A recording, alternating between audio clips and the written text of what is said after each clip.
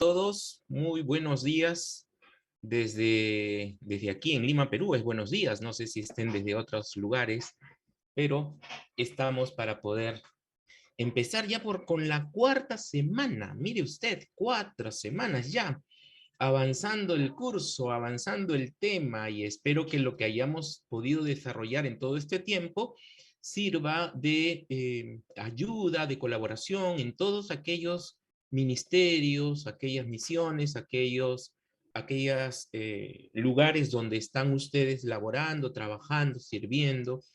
Así es que vamos a compartir el día de hoy la cuarta clase. Antes de compartir la cuarta clase, la semana que pasó nos quedamos en ascuas con algunas diapositivas que por falta de tiempo no pudimos desarrollar. Solamente quiero tomar algunas en consideración que creo que son importantísimos poderlo ver antes de pasar con la siguiente. Y solamente lo voy a mencionar, por favor, no nos vamos a ahondar en ello, ¿ok? Solamente decirles que de los factores de riesgo, siempre que hablamos de factores de riesgo, es todo aquello que aumenta la probabilidad de que ocurra algo. En este caso, si son factores de riesgo asociadas a la violencia familiar, entonces todo lo que pueda aumentar la probabilidad de que ocurra violencia familiar.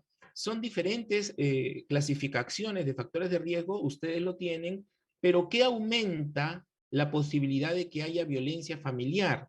¿Qué aumenta el riesgo de ser una mujer maltratada? Podría ser varones también, pero en este caso solo de mujeres estamos hablando. Lo que ocurre es haber vivido en una vivienda donde la familia de origen era violenta, si ha tenido un bajo nivel cultural, un bajo nivel socioeconómico, si anda aislada o con baja autoestima. Y aquí en particular, miren este, por favor, factor, sumisión y dependencia.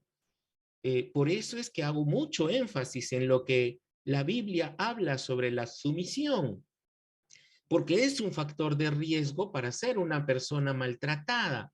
Por tanto, no está hablando de una sumisión bíblica, que es donde a través del amor y el respeto ambos se someten el uno al otro en una sumisión compartida, vamos a llamarlo así, una sujeción ante Dios de los dos a la vez, sino de una sumisión más orientada a la subordinación. Y esto de sumisión y dependencia lo vamos a ir viendo, aparte de el peligro de estar embarazada, en algunos casos podría llevar a ser una mujer maltratada, no puede defenderse por cuidar a su hijo. El desequilibrio de poder en la pareja, ya lo hemos hablado también mucho de la semana pasada, el consumo de drogas y alcohol. Esa sumisión eh, se da también en el caso del hombre, que es maltratador. Cuando el hombre es maltratador, también ocurre que hay experiencias violentas en la familia de origen. Generalmente hay alcoholismo, hay desempleo o empleo intermitente, las dificultades económicas, el hecho de haber vivido una vida de control y posesión. Los hombres violentos, controladores y posesivos tienen más riesgo de ser hombres maltratadores en general, ¿no? En la concepción rígida y estereotipada del hombre y la mujer, esta idea de que el hombre por ser hombre debe ser un ser superior a la mujer, esa concepción rígida y estereotipada es de riesgo para un hombre maltratado. Estar aisladamente asociado, sin amigos ni confidentes, también posibilidad de que se convierta en un hombre maltratador.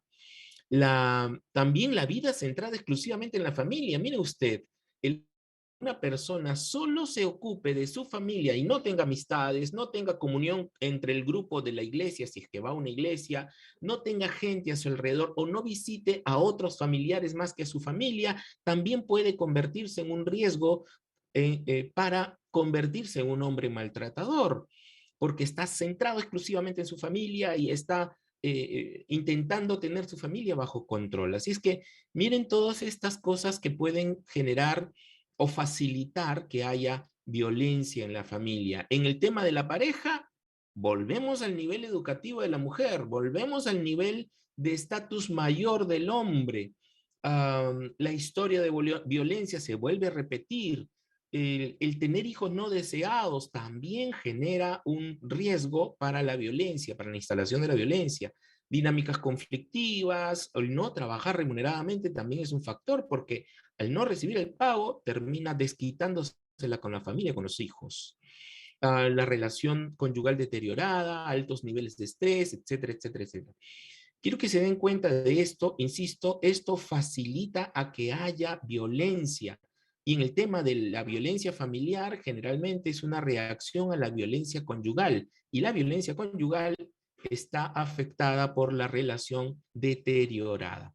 Y así, el factor de violencia o de riesgo dentro del abuso sexual, igual experiencias previas del abuso, relaciones autoritarias, nuevamente volvemos a la diferencia entre poder y autoridad, condiciones de habitabilidad, que están todos en un mismo ambiente, la presencia de chicos o chicas adolescentes también genera este despertar sexual del adolescente, generalmente también se ve manifestado a través de sus contactos con otros niños o con otros adolescentes. La pornografía, cuando ingresa la pornografía a la familia, también es un factor de riesgo para el abuso sexual. Una vez más, noten aquí, sumisión, pasividad y actitud negligente de la madre.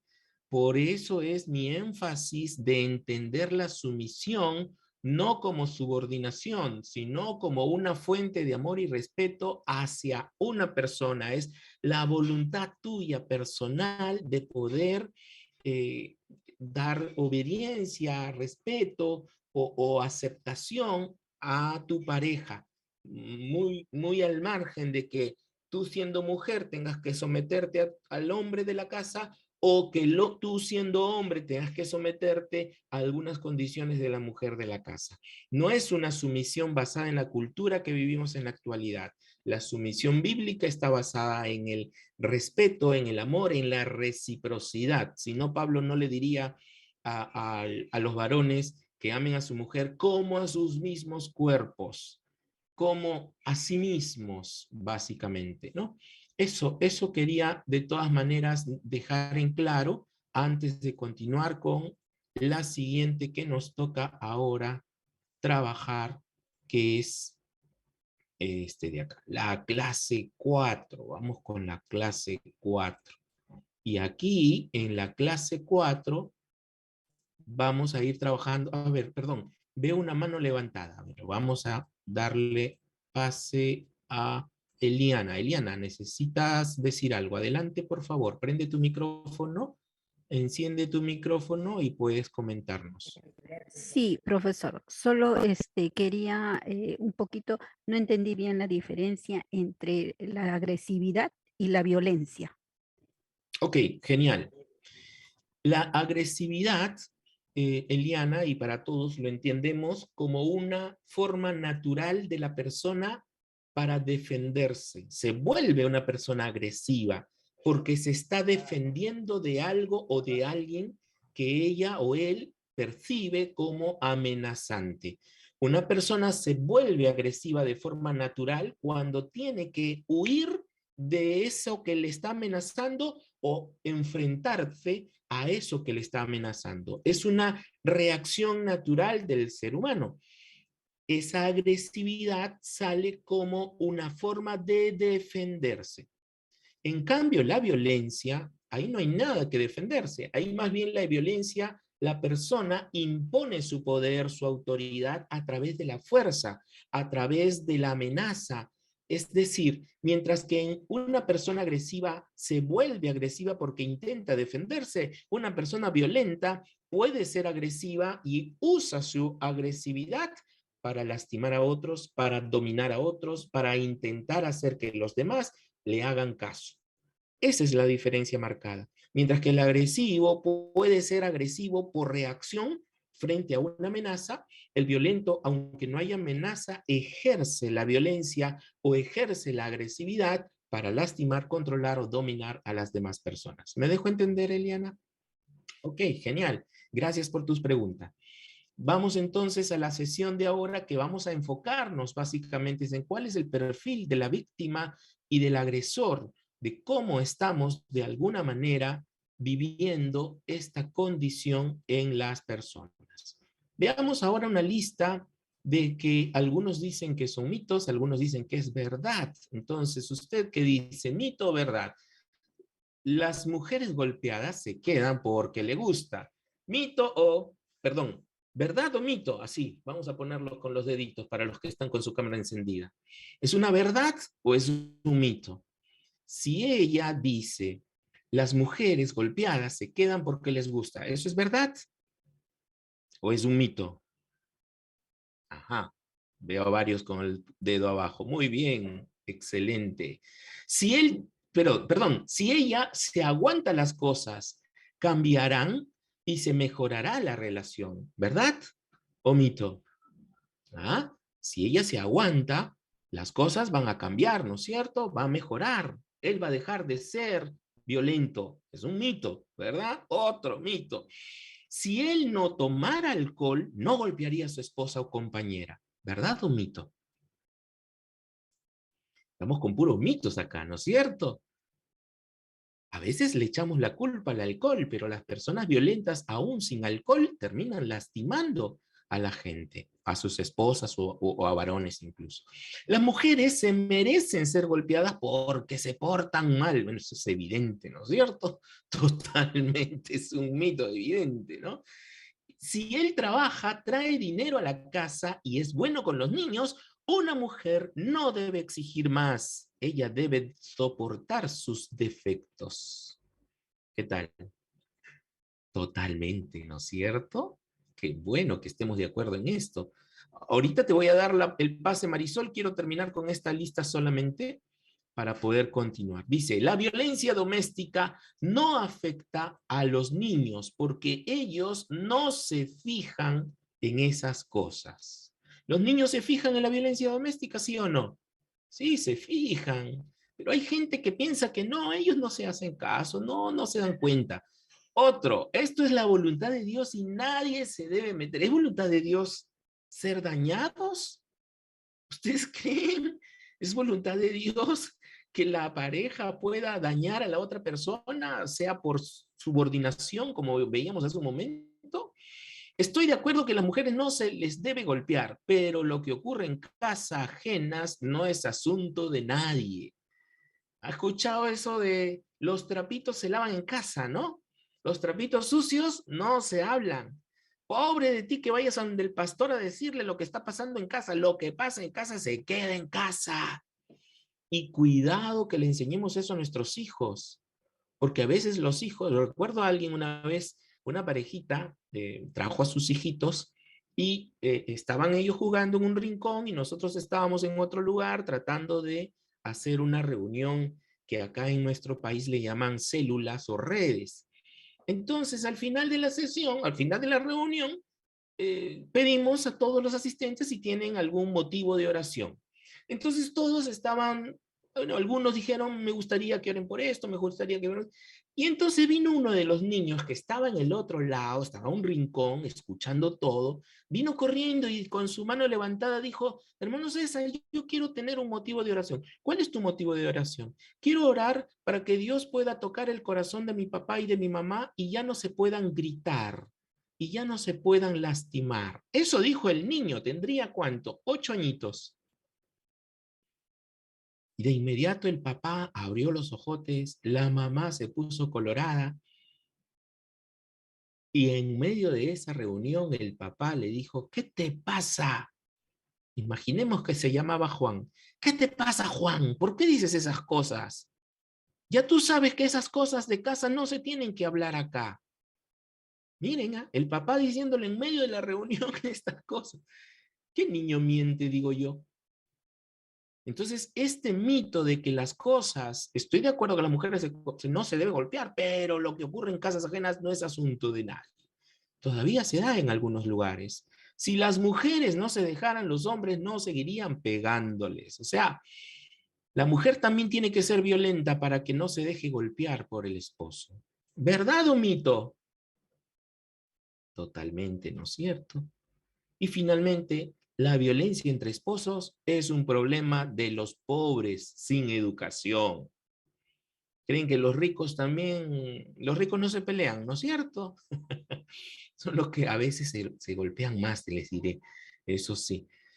Ciertamente, todos estos que ustedes ven acá son mitos totalmente, no hay nada de verdad, pero hay muchas familias que todavía consideran que esto para algunos es verdad. Había alguien que había levantado su mano, olvidé su nombre, perdónenme. ¿Todavía quiere hacer una pregunta o inquietud? Si no, continuamos con lo que sigue. Veamos ahora otra cosa que está relacionado entre los mitos y la violencia. ¿Cómo se inicia la violencia? Y generalmente se inicia mucho solamente con actos violentos. Pero hay algo que está detrás de los actos violentos. Yo creo que recuerdo el primer día hablamos de lo que hacemos, pero también de lo que sentimos y también de lo que pensamos. Son tres factores diferentes en nuestras vidas. Pensamos cosas, sentimos cosas y hacemos cosas. Detrás del hacer hay actitudes o creencias que hace que la persona se convierta en alguien violento o violenta. Cree que porque la persona me dañó, entonces yo tengo que dañarla más. Recuerdo a una pareja quien estaba atendiendo por un problema de infidelidad del esposo. Y ella decía, bueno, ahora para que él sepa cómo se siente, yo le voy a ser infiel, decía ella. Los dos creyentes también, por cierto. Y ella decía, pero yo lo estoy haciendo solo para que él se pueda dar cuenta de cuánto dolor me trasladó a mí. Es como decirle, se merece él que yo le sea infiel porque él me fue infiel primero. Y ahí hay que tener mucho cuidado, porque eso ya es una actitud violenta. Tal vez no lo golpeó, tal vez no lo insultó, tal vez no hizo ningún agravio contra su esposo, pero la actitud de, incluso ella menciona que le llegó a contar una historia al esposo acerca de una infidelidad que ella había causado y cometido, pero que no era cierto, era una historia, pero ella sabía que esa historia lo iba a dañar al esposo. Pero ella no lo hacía con la intención de dañarlo, lo hacía solamente para que él se diera cuenta del dolor que ella había recibido producto de la infidelidad. Es una creencia, una actitud violenta que desencadena comportamientos violentos. La gran mayoría de personas está enfocada en poder tratar con las conductas violentas, pero no se da cuenta que detrás de eso hay actitudes y creencias violentas, como el hecho de pensar de que, bueno, pues, como cuando ha pasado, y también tengo que decirlo con mucha vergüenza, que también en mi país ha pasado, que cuando han ido a denunciar ante una comisaría, el comisario mismo termina diciéndole a la mujer o al hombre, ¿qué habrás hecho, pues, que él te ha golpeado? Sobre todo a la mujer. He escuchado de algunos varones que cuando han ido a denunciar, el mismo policía se ríe en la cara del varón y dice, ¿qué te? Y te dejaste, y todavía te dejaste golpear. ¿Y qué? ¿Vas a denunciarla? Ya, vamos a ver, ven para acá, papito, para denunciar. Ven, a ver, ¿qué vas a decir? No puedo creer lo que te hayas dejado golpear por esa mujer. Imagínese, imagínese ese tipo de violencia, de actitud violencia, o de creer que la persona se lo buscó o que porque no hace caso hay que golpearlo. Recuerdo a un padre de familia que vino trayendo a su hijo a terapia por ser rebelde, un preadolescente, en realidad 10 añitos tenía él, y en ese deseo de cambiarlo vino a decir que su hijo, que no respetaba, que no le hacía caso, que todo le desobedecía y se ha vuelto rebelde y colegio me han dicho que sus notas han bajado y me han sugerido que lo traiga a psicólogo. Pero ya, yo ya, mire, y él mismo me dijo, mire doctor, yo ya he hecho de todo, le he dado hasta cansarme, mire, me ha costado darle cachetadas que mi mano se ha cansado de tanto golpearlo y no entiende, no me hace caso. ¿Creen que el problema es del niño en realidad allí? ¿O es del adulto en realidad? Entonces, y el padre, miren, Y el padre ni siquiera se sentía mal de haber hecho eso con su hijo.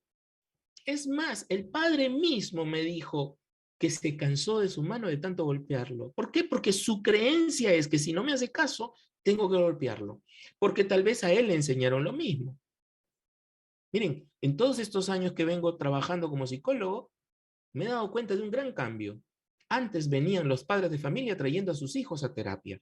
Ahora vienen los hijos trayendo a los padres a terapia. Ahora son los hijos que piden que por favor los padres pasen terapia y que hable con ellos, porque obviamente se sienten lastimados y ofendidos.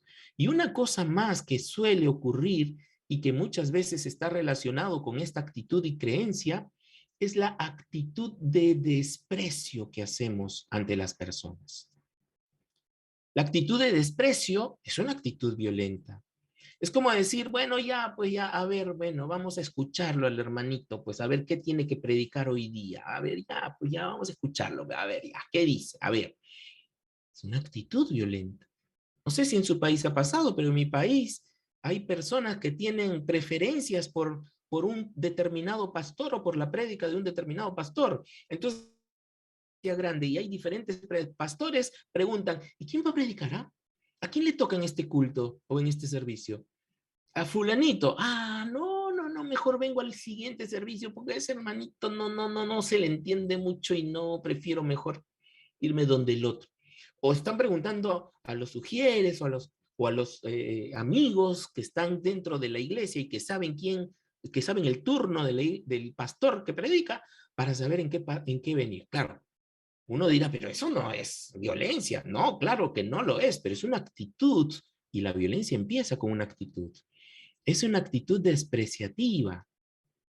Y esa actitud despreciativa, si no la reconocemos, miren cómo va avanzando. Tengo un menor precio por la persona o digo cosas con la intención de que se sienta mal la persona. Y esto se envuelve, ¿saben qué, mis hermanos? Se enmascara a través de la broma, del sarcasmo, del escepticismo, de los insultos, de los gestos de disgusto, de no me gusta este hermanito. Perdóneme. Esos gestos de burla, de, ay, es que él no sabe, pues es que él no es pastor, o él no es psicólogo, pues no, es que este hermanito, pues estos son hermanitos que están estudiando consejería nomás, que no creo que les ayude mucho. Esa actitud es una actitud violenta. Esa burla que podemos hacer, incluso con nuestros hijos, porque ocurre, no sé si en su país ocurre o con su familia ha ocurrido, pero cada vez que nuestro hijo se hace algo bueno, ese es mi hijo, decimos con pecho inflado, como dicen acá en mi país, ¿no? Ese es mi hijo. Y cuando hace algo malo, oye, mujer, ahí está tu hijo. ¿Ves? ¿Te das cuenta? Igualito a ti ha salido. Cuando hace algo bueno, ese es mi hijo. Y cuando hace algo malo, ese es el hijo de mi esposa, ¿no? O el hijo de mi mujer. O al revés, también hay mujeres que dicen, ese es mi hijo, se parece a su madre. Y después, cuando hace algo malo, igualito a su padre, tenía que salir del padre. Ya ves, así eres tú. Que de alguna manera es una broma, pero cuando solo la diferencia entre una broma y una burla, aquí va. Cuando se ríen los dos, es una broma. Cuando se ríe uno solo, es una burla. Entonces hay que aprender a saber cuándo decir una broma y cómo decirla. Porque si yo bromeo con mi hijo, con mi esposa, ambos necesitamos reírnos del mismo chiste. Nos bromeamos. Pero si yo me río y mi esposa se siente ofendida o dolida o triste por la forma en que yo la traté, ya no es una broma, eso es una burla. Me estoy dejando entender con la diferencia? Entonces es muy marcada la diferencia. Si uno de los dos solamente se ríe, es una burla. Pero si los dos se ríen, podemos tomarlo como broma. Pero en el caso del desprecio, esa broma se utiliza muchas veces de forma ofensiva para minimizar o limitar lo que la otra persona pueda hacer. Se convierte en un ataque hostil, que lo que hace es aumentar el conflicto y llega muchas veces a cansar a la persona. Ya me cansé de que siempre me estés tratando así. Escuchado, familias, yo sé que en ustedes no, pero estoy hablando de otras iglesias, por si acaso, ¿ya? No de su país, de acá de mi país suele pasar mucho. De que están discutiendo en el carro, vienen en la movilidad molestos, que ¿por qué te tardas tanto? Tenemos que llegar al culto. ¿Te das cuenta de lo que estás haciendo? ¿Por qué te demoras tanto?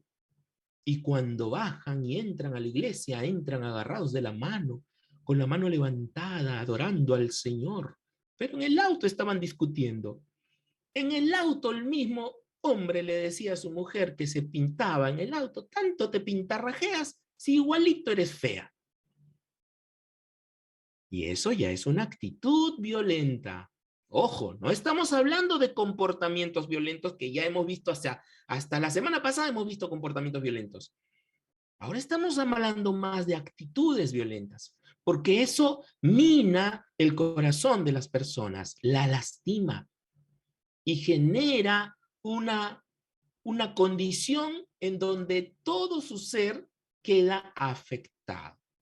Miren, ¿cómo es que afecta todas estas actitudes, creencias y comportamientos que hemos visto hasta la semana pasada? El ser humano no es solamente un aspecto biológico, no es solamente un ser biológico. El ser humano no solo enferma físicamente, también hay un aspecto psicológico que es afectado, también tiene sentimientos de malestar que lo agobian o que la agobian, como por ejemplo algunos varones que se sienten lastimados psicológicamente porque su esposa está continuamente criticándolos.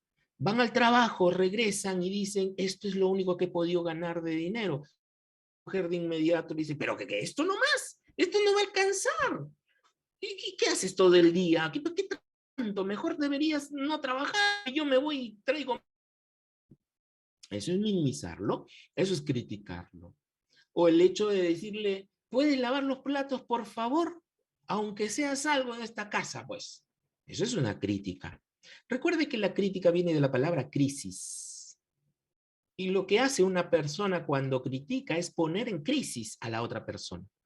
Es más, hay esposos, y también mujeres, no solamente varones, pero hay esposos que hacen algo, ¿no? Lavan los platos y le dicen, ya amorcito, los platos están lavados. Y viene la mujer y lo primero que hace es observar qué hay alrededor. Los platos están lavados, pero el agua está en el suelo. Y automáticamente lanza su voz crítica que en vez de ayudar lastima, ¿no? Para eso lavas, mira cómo me has dejado todo el piso. Para eso estás lavando. Mejor no hubieras hecho nada, no haces nada bien tú. Siempre que haces algo con las manos lo echas a perder. Y si el hombre tiene un trauma con la madre, termina generando violencia que va acumulándose, acumulándose, acumulándose hasta explotar. El ser humano no es solo un aspecto físico, no es solo un aspecto psicológico, también es social. La interacción que tiene con las personas es lo que lo hace ser lo que es. Se relaciona, interactúa. Miren, todos ustedes son parte de lo que ustedes creen o son parte de lo que alguna vez le enseñaron sus padres. ¿Mm? Porque usted es como es, de acuerdo a lo que usted mismo creó en usted o de acuerdo a lo que sus padres le enseñaron de lo que usted es. Atendí a un padre de familia él tenía 48 años y venía desesperado porque con cada negocio que había emprendido le había salido mal. Venía desesperado porque no sabía cómo tratar su propia vida, porque decía, no sirvo para nada, todo lo que hago me sale mal, nunca he podido avanzar en la vida, me cuesta tomar decisiones. Cuando comenzamos a conversar, la única pregunta que le hice, me acuerdo ese día, fue, ¿dónde aprendiste eso que tú te dices a ti mismo? Y se quedó pensando y dice, no lo sé. A ver, volvemos a recordar. Tú dices, no sirvo para nada, no puedo hacer nada bien, todo lo que hago me sale mal. ¿Dónde aprendiste esos mensajes? Y de inmediato él dijo, "Ah, mi papá me dijo esas palabras, mi papá me decía esas palabras". Le pregunto, ¿y cuándo crees que te dijo alguna vez esas palabras? ¿O cuándo fue la primera vez que tú escuchaste esas palabras de papá? Y se puso a recordar, y solo de recordarlo se puso a llorar. Que cuando él tenía 9 años de edad, él veía que su papá, que era carpintero, siempre golpeaba la madera. Y un día a su carrito que él tenía se le salió la llanta. Y lo que hizo fue ir al taller de papá, agarrar un martillo y empezar a golpear la llanta en el carrito. Cuando el papá escuchó eso, vino corriendo a su taller y le dijo, ¿qué haces allí, muchacho? ¿Cómo estás haciendo eso? Y él le dijo, quiero clavar la llanta en mi carrito. Y él le dijo, deja eso, tú no sabes hacer nada, todo lo que tú haces lo malogras, trae para acá. Y comenzó el papá a arreglarle el carrito, pero a él se le quedó grabado el miedo del gesto que papá hizo, con los ojos gigantescos, con la mano en alto diciendo, deja ahí mis cosas, ¿qué haces agarrando eso que tú no sabes hacer bien las cosas, tú todo lo que tocas lo rompes. Y recordó que el día anterior la mamá le había pedido que le pasara en el desayuno el pote con azúcar y por intentar pasarlo terminó botando el azúcar. Y la mamá ahí es donde le dijo, mano, ¿de qué tienes que todo lo que tocas se rompe? Miren esos mensajes que van entrando. En la interacción, el ser humano no es solo un aspecto biológico, no es solo un aspecto psicológico, también es un aspecto social. Y esas tres cositas nos hacen ser humanos. Pero usted dirá, pero la Biblia habla de que no solamente tenemos naturaleza humana, también tenemos una naturaleza espiritual que envuelve a lo humano cuando aprendemos a encontrarnos con Dios, cuando Dios nos restituye. Esa naturaleza espiritual es la que nos conecta con Dios y que transforma nuestra vida, tanto física como psicológica y socialmente hablando. Es esa vida espiritual la que nos anima, la que nos permite creer o despierta nuestro interés por las cosas alrededor de nosotros, los que nos da discernimiento.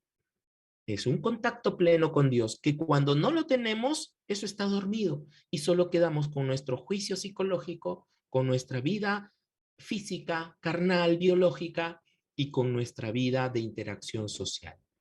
Se espera que la vida espiritual, como lo diría el apóstol Pablo en algún momento, nos lleve a poder transformar nuestra vida de adentro para afuera, día tras día, y que a su vez transforme nuestro ser hacia afuera. ¿Por qué le pongo esto? Porque la vida del ser humano es afectado en todo su aspecto, no solo en el aspecto físico cuando alguien golpea, también en el psicológico cuando alguien te insulta, o incluso en el social, cuando te aíslas de los demás o cuando te impiden salir a conectarte con los demás. Yo siempre le digo a los jóvenes, cuando me toca tratar el tema de enamoramiento, noviazgo, siempre le digo, una relación que te aísle de tu familia o de tus amigos no es una buena relación, porque ahí está fomentándose el aislamiento y puede generar perjuicio cuando llegue el momento de que necesite defenderse las personas. Aquellos que piensan que uno se casa con la esposa y no con la familia, también yerran, porque en realidad uno sí se casa con la familia, aunque no quiera hacerlo. Tu esposa tiene padres, tu esposo tiene padres y hay violencia familiar incluso cuando la esposa o el esposo no le permite a su pareja ir a visitar a su familia. ¿Por qué? Porque tu familia es malvada, porque lo único que hacen es pedirte plata, entonces no quiero que vayas. Y todavía se ponen en el momento de decir, si vas, entonces no sé yo lo que va a pasar, pero si vas, ya no me encuentras en la casa. Y niegan la posibilidad de mantener un contacto con su propia familia o con sus amistades, producto de la violencia psicológica. Yo sé que eso no pasa en sus países. Yo le estoy hablando de los casos que pasan en mi país. Yo sé que eso no pasa en sus iglesias. Yo le estoy hablando de los casos que he visto en algunas iglesias donde me han invitado a predicar alguna vez. Pero mire, el ser humano es un ser integral, no es solamente el aspecto físico. Es más, físicamente pudiera venir heredando cosas de sus padres. El alcoholismo se hereda, por ejemplo. La tendencia al vicio se hereda. La condición psicológica, su autoestima, su valoración personal es algo del individuo, pero que está formado por los mensajes que escuchó de papá y de mamá. Miren cuántas cosas tenemos que evaluar, ¿eh?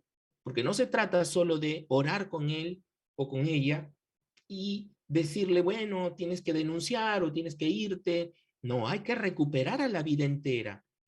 Y recuperar la vida entera implica todas estas áreas que estamos viendo. Ahora, cuando la persona es afectada, se afecta en diferentes niveles. No de inmediato se vuelve una persona sometida o subordinada por la violencia. No de inmediato. Empieza primero con algunas reacciones por parte de la víctima. La vergüenza, el sentirse humillada, el estar preocupada y con miedo, el que ya no quiera ir a la iglesia porque tiene vergüenza de que los hermanitos se dieron cuenta que la esposa lo gritó en público o el esposo la gritó en público. Y como tiene vergüenza, deja de ir. Y como está preocupada y con miedo, deja de hablar con las demás personas. Y ese hablar, ese encierro personal, facilita la ocultación de los propios síntomas. Por eso, mis hermanos, y permítanme con mucho respeto dirigirme específicamente a pastores y líderes. Específicamente, cuando alguien falta en la iglesia, no es porque no quiera venir solamente. Hay que averiguar qué es lo que ocurre. Hay que ir a averiguar, a buscar, enviar un mensajito, o no solamente busque a las personas, y esto también ocurre. No quiero nombrar que sea una violencia pastoral ni ministerial, pero muchas veces que buscamos a los líderes o buscamos a los siervos o a los servidores solo porque no han cumplido con su labor ministerial. Y no vamos más allá a preguntarle, oye, ¿cómo estás? ¿Cómo está tu vida? ¿Cómo está tu vida de pareja? ¿Cómo está tu vida sexual? ¿Hay tentaciones? ¿Hay cosas que te están pasando? No solo pregunte si cumplió con la función ministerial que tenía. No solo pregunte si es que van bien las redes y la misión que está cumpliendo, la está cumpliendo a cabalidad. No, interésese también por lo que pasa en su interior. Oye, me da la impresión, por ejemplo, ¿no? Me da la impresión que ese día que te vi con tu esposo o con tu esposa, me dio la impresión de que tu esposa se enojó un poquito, ¿no? Porque levantó la voz y la vi con sus gestos un poco molestos diciéndote cosas. ¿Quieres compartirme lo que pasó? Él te dirá, no, oh, pastor, tranquilo, ella es así. Ya ahí tú tienes que notar, ¿hay vergüenza? Ah, puede que tenga vergüenza, puede que se sienta humillado, pero no dice nada. Lo vimos la semana pasada, si no me equivoco, lo anterior, la segunda clase vimos que la primera persona que buscan cuando necesitan ayuda es al pastor o al líder. Entonces ahí, estas son señales para darse cuenta, son las primeras reacciones de la víctima. Con el tiempo, si no nos damos cuenta de ese sentimiento de humillación, vergüenza o preocupación, pierde el control. Comienza a tener confusión en todo lo que hace y comienza a vivir con culpa. Eso incluso puede llegar a hacer que la víctima ya no se reconozca como tal, ya no se siente víctima. Simplemente dice, sí, lo que pasa, el pastor, ¿no? Con el ejemplo que le decía de la mujer que le grita al esposo estando en público. Lo que pasa, pastor, yo tenía que haber puesto bien estacionado el auto por acá cerca y no le encontré estacionamiento y me tuve que dar la vuelta y por eso me fui a la vuelta y mi esposa se molestó de que haya puesto tan lejos el auto porque ella no puede caminar. Ya no se ve como víctima. Ahora se asume que él es el culpable por haber dejado el auto muy lejos del estacionamiento. ¿Se da cuenta cómo se va la persona convirtiendo cada vez más en víctima de violencia? Esa confusión de no saber si en realidad merezco ser tratada así o ser tratado así, o es que, bueno, pues se pasó un poquito mi esposa o mi esposo. Cuidado, ¿no? Y dentro de esto también es importante señalar esta coraza de enamoramiento que muchas veces envuelve la violencia. Y usted dirá, pero ¿cómo? Nada que ver, ¿no? Es que el hombre violento o la mujer violenta primero golpea y después te enamora, te pide perdón, te promete que nunca más va a volver a ocurrir. Y te dice, sí, mira, la lamento, no, no fue mi intención. Y claro, la Biblia dice que el arrepentimiento solamente se puede observar a través de los frutos. Si hay frutos dignos de arrepentimiento, ok, a seguir, a continuar. Pero si continuamente volvemos a caer en el ciclo que vimos la semana pasada de violencia, de tensión, explosión, y luego viene la culpa y el remordimiento, entonces ahí tenemos que prestarle más atención. Esta coraza de enamoramiento puede tapar los síntomas, ¿no? Y finalmente llevar a un malestar crónico, a una percepción de pérdida de control, o sea, ya no puedo más, ya no quiero, ni siquiera quiero demandar, porque sé que ahí el abogado o el psicólogo me va a preguntar y me va a hacer recordarme todo lo que este hombre me hizo. Ya no quiero seguir así, ya no quiero compartir con nadie, se aísla y justifica quedarse en ese ciclo de violencia. No, pastor, no puedo salir. No puedo salir de esto, pastor, porque si yo salgo, esa mujer me mata, me mata. Yo ni siquiera tendría que compartirle nada, pastor. No quisiera compartirle porque si lo hago, corre en riesgo mi vida. Porque ya pasó al tercer nivel. Ya se profundizó esto tremendamente y no nos hemos dado cuenta. En el enamoramiento, por ejemplo, con los adolescentes, los jóvenes, este sentirse enamorado de los jóvenes termina aceptando la violencia muchas veces, porque piensa que si es que no deja que esas actitudes agresivas aparezcan, entonces el enamorado se le va a ir y nunca más va a volver a enamorarse y nadie más le va a querer. Y eso de alguna forma lastima. Veo la mano levantada de Leslie. Adelante, Leslie, por favor. Prende tu audio y Hola, sí, puedes compartir. buen día.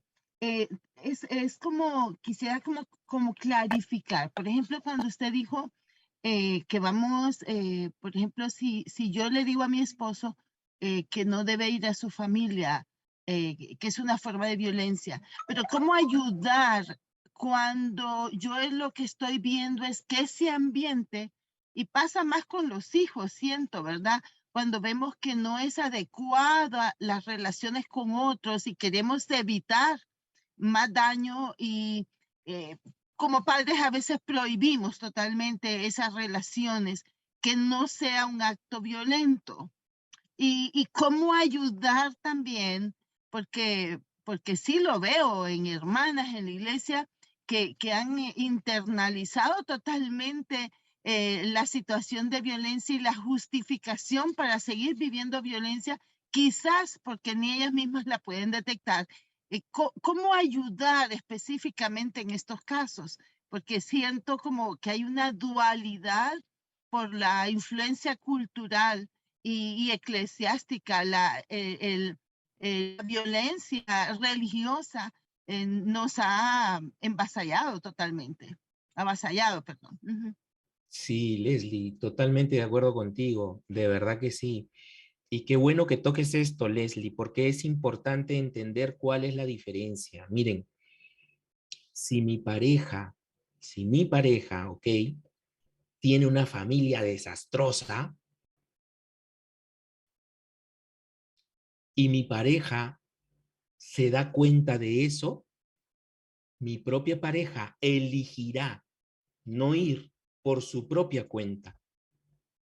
Además, protegerá a su familia por su propia cuenta. Pero si yo le tengo que decir a mi pareja, pero mira cómo son ellos, esos se están maltratando, ellos quieren obligarte a hacer cosas. Si yo insisto con ponerme en contra de su familia, aún sea la familia como sea que sea, y le obligo a que mis hijos o él no vaya y él muere por ir a ver a su mamá a pesar de ser como es, o muere por ir a su papá a pesar de ser como es. Si mi pareja o mis hijos o quien sea se sienten obligados a no hacer algo que ellos quisieran hacer, ya no estoy hablando yo de liderar a mi familia y protegerla. Lo que yo estoy hablando de mí, lo que eso demuestra de mí, es sobre ellos. Es mi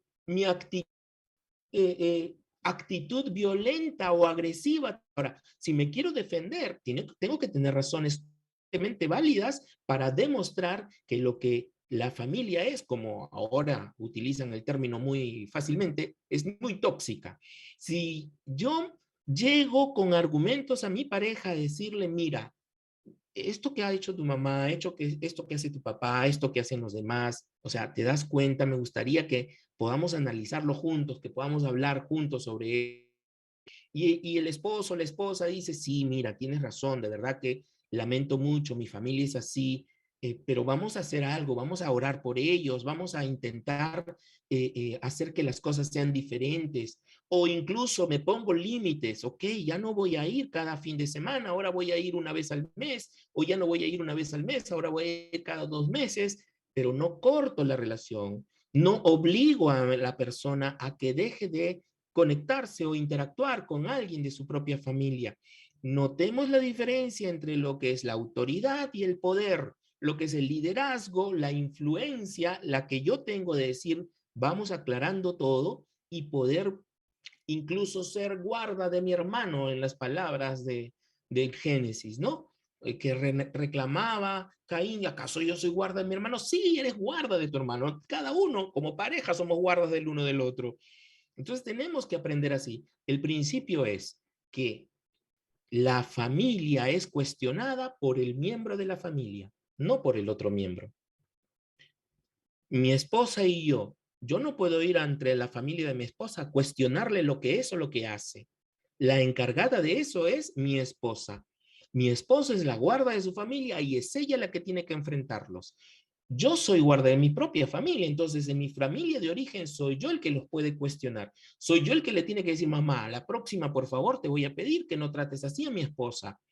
Papá, por favor, te voy a pedir que puedas por lo menos ser menos lisuriento o menos gravoso con mis hijos cuando estén aquí. Soy yo el responsable de defender a mi familia nuclear de mi familia de origen, no mi pareja. Por eso es que como pareja, y nuevamente viene el principio de la sumisión mutua, porque en esa sumisión mutua que está llena de amor y respeto, nos decimos las cosas como son como pareja. Y una vez que esté clarito eso, tomamos decisiones con nuestras familias. Por eso es la prioridad, no es tu familia de origen. Por eso dice la Biblia, dejará padre y madre, se unirá a su mujer y los dos serán una sola carne. Dejar padre y madre es el primer principio, unirse a su mujer es el segundo principio y recién después de unirse, ahí viene el ser una sola carne. Dejar para unirse, unirse para ser. La mayoría quiere ser una sola carne, pero no quiere dejar. Ahora, eso me lleva a otro problema grande que vivimos en nuestra cultura. No sé si por sus países también ocurre, pero lo que le llaman acá las mamitis, de hombres o mujeres, principalmente hombres, que tienen tanto por la mamá que pueden incluso comparativamente hablando, incluso poner en riesgo su relación matrimonial por lo que la mamá diga. Y esa acción también es necesita trabajar. Bueno, no estamos viendo el tema de pareja, pero eso se trata en temas de parejas. El poder trabajar en equipo y ser el guarda de tu familia, responsabilidad de cada uno. Por tanto, si mi familia es lo que sea tóxica, vamos a llamarlo así, soy yo el responsable de darme cuenta qué tan tóxica es mi familia y el guarda de mi familia de origen, me refiero, ser qué tan tóxica es mi familia de origen para ser el guarda de mi propia familia, del que yo estoy cubriendo. Espero haber quedado con eso claro, pero creo que es importante que podamos darnos cuenta de eso también. La violencia se da cuando yo obligo a alguien a que haga algo que yo quiero y no cuando yo converso con esa persona, encuentro las razones adecuadas y tomamos conciencia de lo que está pasando para poder cubrir y proteger a nuestra propia familia. Muy bien, veo Marisol, tu mano levantada. Adelante, Marisol, primero, por favor. Enciende tu micro. Vamos. Ok, buenas tardes. Yo soy venezolana, tengo 52 años y nací en una familia donde la familia materna, estoy hablando de mi familia materna, donde la mujer no tiene derecho a nada. El hombre es el que puede todo. Y eso nos creó con baja estima, por lo menos a las mujeres, ¿verdad? Y eso hace, la baja estima hace que nosotras siempre nos creamos víctimas. Y esa baja estima hace que todos puedan abusar de nosotras, ¿verdad? Eh, Tenemos frases como no valemos nada, no tenemos valor. Y por ello, no solo hay violencia física, sino también psicológica. Y lo vemos como algo normal. Y no, ahora que yo estoy viendo todas estas clases, estoy despertando como todos estos conocimientos, todo este aprendizaje, estoy viendo que no, que eso no es normal, eso no es lo normal. Pero tenemos que ponerle un parado y es solo cuando nos damos cuenta de este conocimiento, ¿no? Quería aportar eso. Excelente, Marisol. Lo que tú acabas de mencionar, ¿no? El aprendizaje. Pero quiero que te des que nos demos cuenta todos, miren cómo eso que tú mencionas de que así fueron criadas, que así se les cría, que esa es la forma en que se cría a las personas, es un factor de riesgo. ¿Se dan cuenta? El factor de riesgo es lo que aumenta la posibilidad de que se pueda producir este tipo de violencias, porque ya es una violencia normalizada. Y estamos hablando de familias. Entonces, es importante que uno cuando se da cuenta de esto, uno pueda encontrar en qué nivel me encuentro, si es que hay un efecto sobre sí mismo, o en qué nivel se encuentra mi familia sobre esto, para poder aprender a discernir y diferenciar con qué me quedo y con qué no.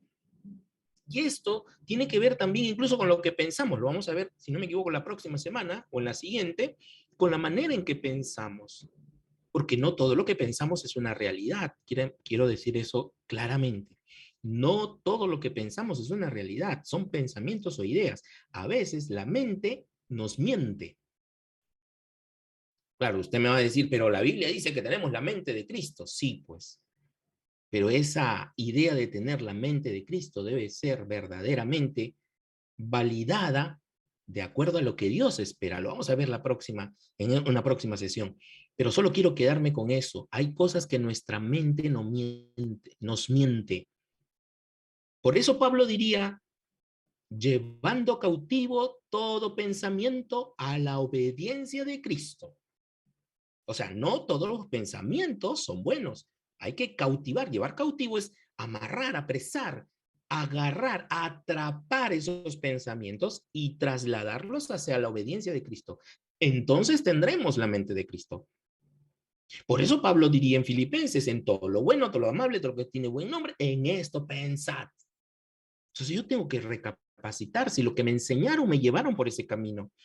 Si lo que aprendí sobre la mujer, sobre el varón, sobre sexualidad incluso, o es que recibí un aprendizaje totalmente falso o irracional incluso, Entonces tengo que cuestionar mis propias creencias, cuestionar lo que aprendí para poder incluir un nuevo aprendizaje. No puedo echar un vino nuevo en odres viejos. Entonces necesito tener odres nuevos para incluir el vino nuevo allí. ¿Me estoy dejando entender? Espero que sí. Veo la mano levantada de Margarita. Adelante, Margarita, por favor. Prende tu micrófono y te escuchamos. Sí, profe. Yo quería preguntarle en esos maltratos familiares, esa violencia familiar doméstica, cuando se presentan casos de que el esposo es convertido, pero la esposa no es convertida. Entonces la esposa le prohíbe al esposo que venga a la iglesia y la forma de prohibírselo es que le dice que todas las mujeres de esa iglesia son mujeres de él. Entonces ya esa persona se siente cohibida y deja de venir a la iglesia. ¿Cómo uno puede interactuar para quitar esa estima que le han hecho a esa persona? Y que la otra persona Excelente. delante de usted dice que es mentira, que cuándo. ¿Cómo se hace usted que tiene esa experiencia? Perdón, eso último no te entendí, Margarita, discúlpame. Que cuando enfrentan a la pareja, dice que es mentira, que cuando, que ella es feliz de que él venga acá. Ya. Ok. Aquí entonces no hay que trabajar con la pareja, hay que trabajar con él, porque pregunto, número uno, ¿la iglesia es un lugar a donde vamos o la iglesia es un lugar más que un lugar, es lo que somos, es lo que nos define? ¿Nosotros vamos a la iglesia o nosotros somos parte de esa iglesia? Porque con la pandemia muchas iglesias se cerraron y muchos tuvieron que escuchar prédicas a través de estos aparatos electrónicos. Entonces, eso que nosotros de alguna manera, eso que nosotros de alguna manera creemos sobre el término de iglesia, ser iglesia, eso también es algo que nosotros tenemos que aprender a corroborar. Somos la iglesia. Entonces, él no necesita necesariamente asistir obligadamente a la iglesia. Si es que ella no quiere, tendrá sus razones, y si ella lo niega, tendrá sus razones también. La aceptación de participar en una iglesia es una invitación, no una obligación. Nuevamente volvemos con el concepto de autoridad más que de poder. La autoridad influye. Me gustaría que fuéramos juntos. No, pero yo no quiero porque ahí tienen todo. Ok, vayamos a averiguarlo si quieres. Vamos para averiguar si quieres si quieres saber si alguna de esas hermanitas está conmigo. Vamos a averiguarlo. El comportamiento del varón, así como lo dice Pedro, que el comportamiento de la mujer puede ganar al no creyente, yo creo que aquí también es lo mismo. El comportamiento de él puede ganar el corazón de ella.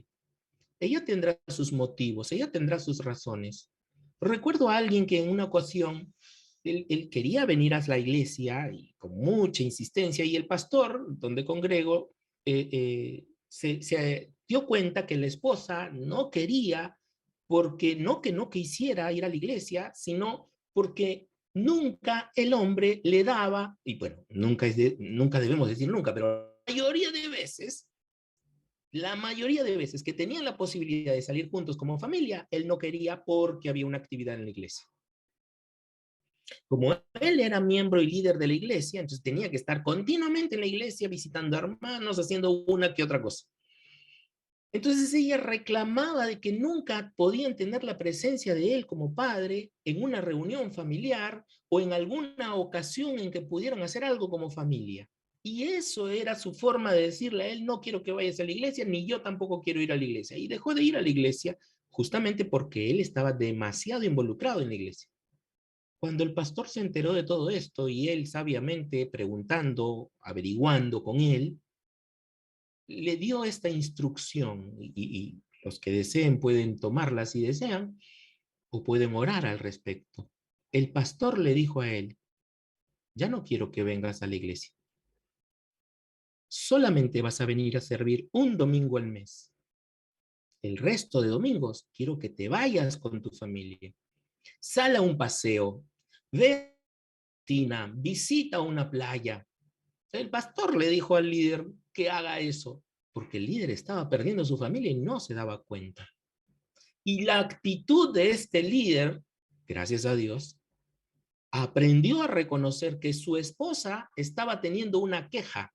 Ahora, les explico. La queja es la manifestación de una necesidad insatisfecha. Su esposa se quejaba porque había una necesidad insatisfecha en ella. El esposo sabio entendió eso y cuando averiguó cuál era su necesidad, se dio cuenta de que la necesidad que ella tenía, al igual que sus hijos, era su presencia y participación del esposo. Él estuvo así por de 2 meses. En todos esos 2 meses, 2 veces nada más fue a la iglesia. Pero el resto se la pasó con su familia. ¿Y qué creen? Al tercer mes, la esposa volvió a la iglesia y con grandes amores para el pastor, en el buen sentido de la palabra, y agradecimiento, porque obviamente había permitido que su relación pudiera mejorarse. La estrategia no se da en función del acto de lo que está pasando. Esto es como un iceberg, es la punta del iceberg. No quiere ir a la iglesia, es la punta del iceberg. En el fondo hay más. El que no sea creyente no es suficiente. En el fondo hay más.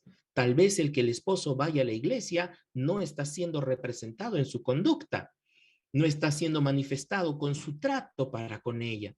Porque aquel hombre que conoce a Cristo definitivamente debe de cambiar su trato para con su esposa. ¿Y qué crees? ¿Que la esposa no va a querer aceptar ir al lugar donde transformaron a su marido? Donde le hicieron un marido nuevo sin que ella sepa cómo, o yo quiero saber qué cosa estás haciendo tú en ese lugar que te han hecho tanto cambio, que ahora quiero, que ahora deseo estar contigo, que ahora me sorprende estar contigo.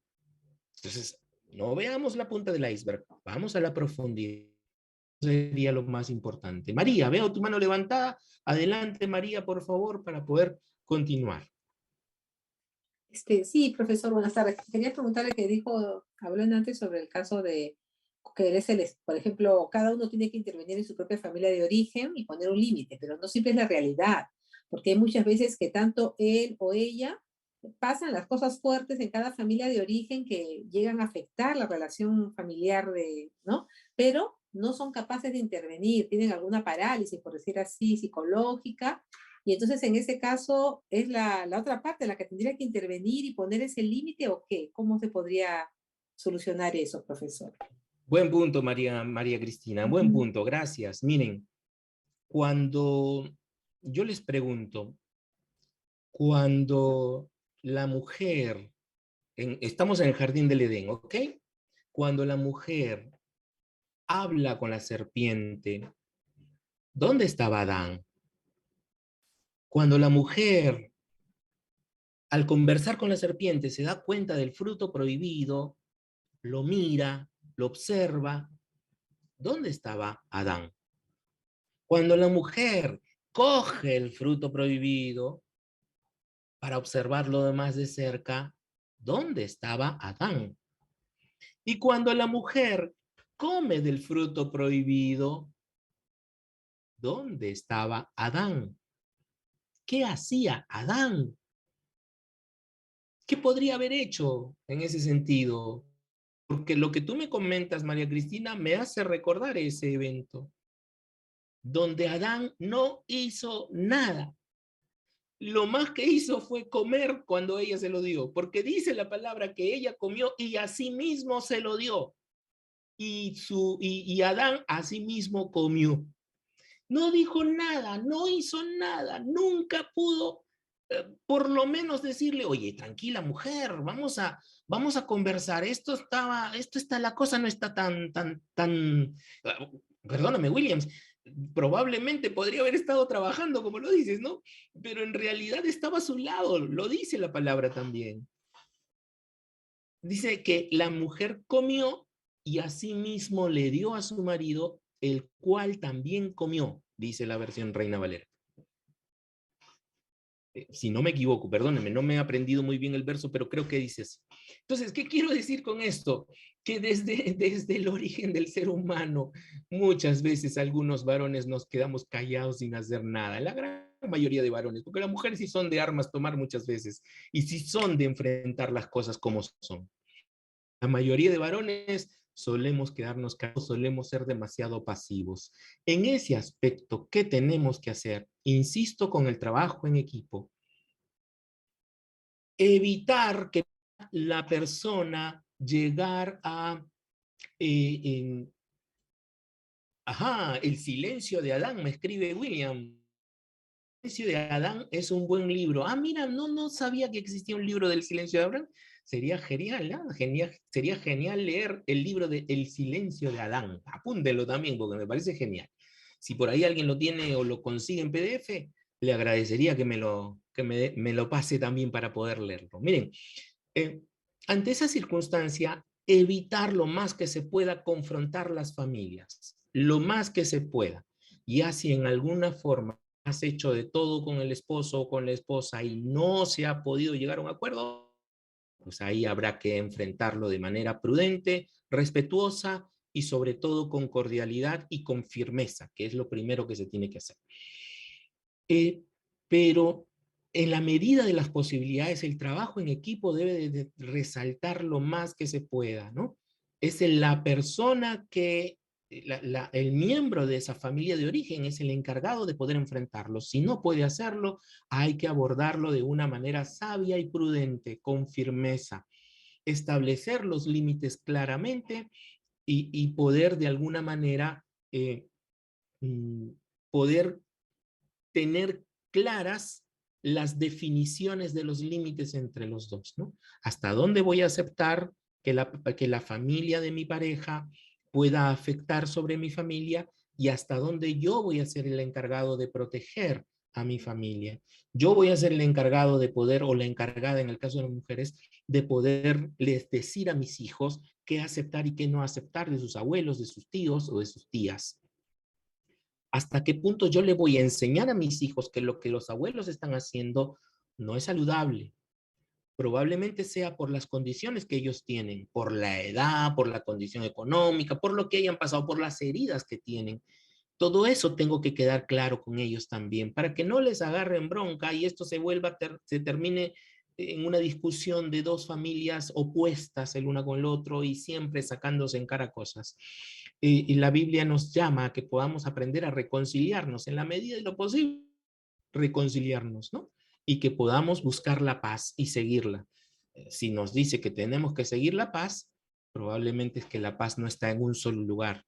La paz está yo diría incluso está caminando y hay que seguirla, hay que seguir sus pasos. Entonces creo que buscar la manera adecuada de poder cada uno enfrentar a su propia familia, de ser, si es necesario, y si no es posible, pues entonces confrontarlo con firmeza, con prudencia y sobre todo defendiendo a tu familia, que eso es lo que podría decirte María Cristina. Veo también la mano levantada de Patricia. Adelante, Patricia, por favor. Buenas tardes, gracias profesor César por su clase, excelente. Mire, en la biblioteca de mi esposo está el libro. Genial, El silencio de Adán. El silencio de Adán. ¡Wow! No sabía que existía eso. Sí, es por el doctor bueno. Larry Crabb y está interesante cómo convertirse en un hombre de valor en un mundo de caos. Lo poquitico que alcancé aquí a ver está haciendo precisamente esa pregunta, ¿dónde estaba Adán en el momento que a Eva le ocurrió todo eso? Este es el libro para que... Excelente. Excelente. Mira tú, qué lindo. Gracias, Patricia, profesor. Gracias. De verdad que sí. Qué bueno que lo hayas mostrado. O sea, sí existe ese libro. Entonces, genial. Sería bueno incluirlo en la bibliografía para que puedan ustedes también tener ese material que creo que es sumamente importante. Si ya el nombre nomás lo dice y con la pregunta que les hice y tú me dices, Patricia, que está relacionado con esas preguntas también, pues ya ni hablar, ¿no? O sea, hay mucho que aprender allí. Así es que vamos entonces viendo. Veamos entonces rápidamente cómo es afectada la víctima. Recuerden, la víctima es afectada en todo su ser integral, en absolutamente todo, cognitivamente, afectivamente. Por si acaso, estos términos de cognitivo es un poco complejo para algunos entenderlo. Cuando encuentren lo cognitivo, tiene que ver con los procesos mentales, con la manera de pensar de las personas. Entonces, afecta su manera de pensar, afecta su manera de sentir. Lo afectivo tiene que ver con cómo lo siente. Comportamentalmente, su forma de actuar. Entonces, afecta su manera de pensar, afecta su manera de sentir, afecta su manera de comportarse y afecta su manera de relacionarse, que tiene que ver con lo social. Vamos a ir viendo cada uno de ellos para poder entender algunos aspectos importantes de esta condición. Miren, las consecuencias afectivas, miren lo que pasa con los afectos, con los sentimientos. ¿Cómo se vuelve una persona víctima?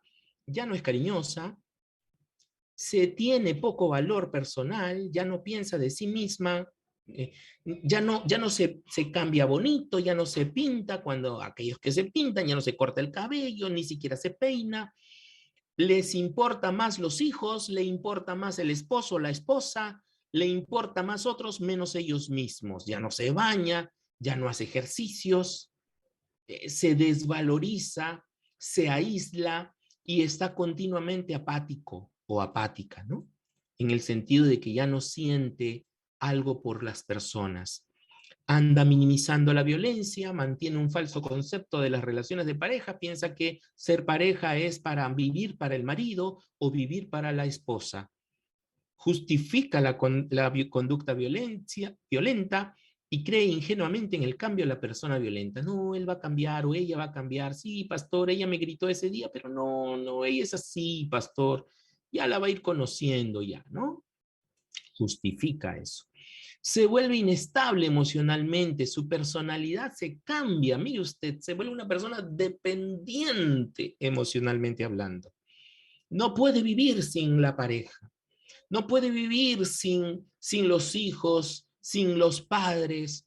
No, si a mi mamá le pasa algo, no sé lo que hago y se siente mal.